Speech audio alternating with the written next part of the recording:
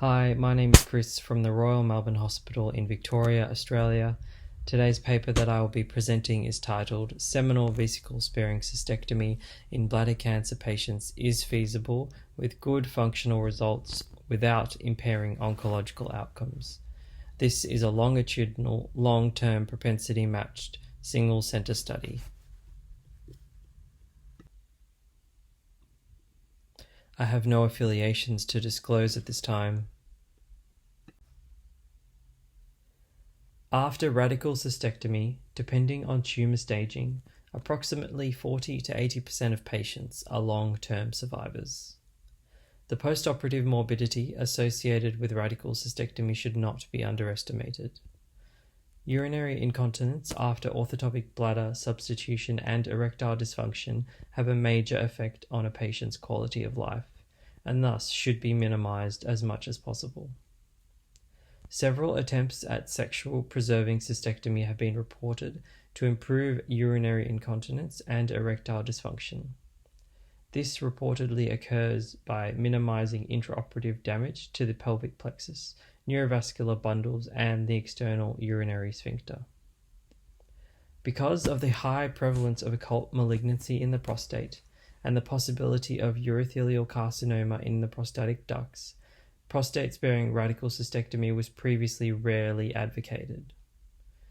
Previous reviews have revealed that prostate, capsule, seminal vesicle, and nerve-sparing cystectomy are associated with favorable functional outcomes compared with standard cystectomy without compromising oncological outcomes. While erectile function recovery was significantly better after sexual preserving cystectomy, no major effect on continence was found.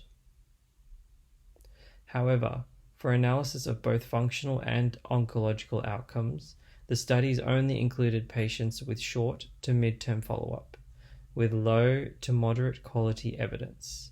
Hence, numerous uncertainties remain. The aim of this study was to compare oncological and functional outcomes in patients after seminal vesicle sparing versus non-seminal vesicle sparing radical cystectomy. In this long-term single-center cohort study, we reviewed prospectively collected data of 470 consecutive male patients who underwent radical cystectomy and orthotopic bladder substitution at our institution from 2000 to 2017. Oncological and functional outcomes were evaluated.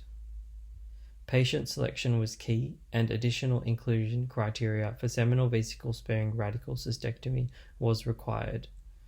For instance, patients required no urothelial carcinoma in the trigonal area or ipsilateral dorsal, lateral, or posterior bladder wall.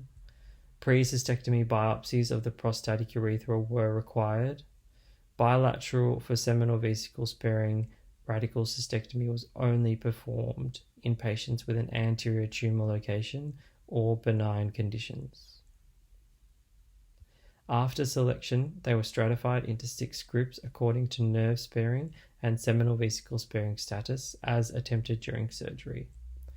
Propensity modeling was used to adjust for preoperative differences in baseline characteristics.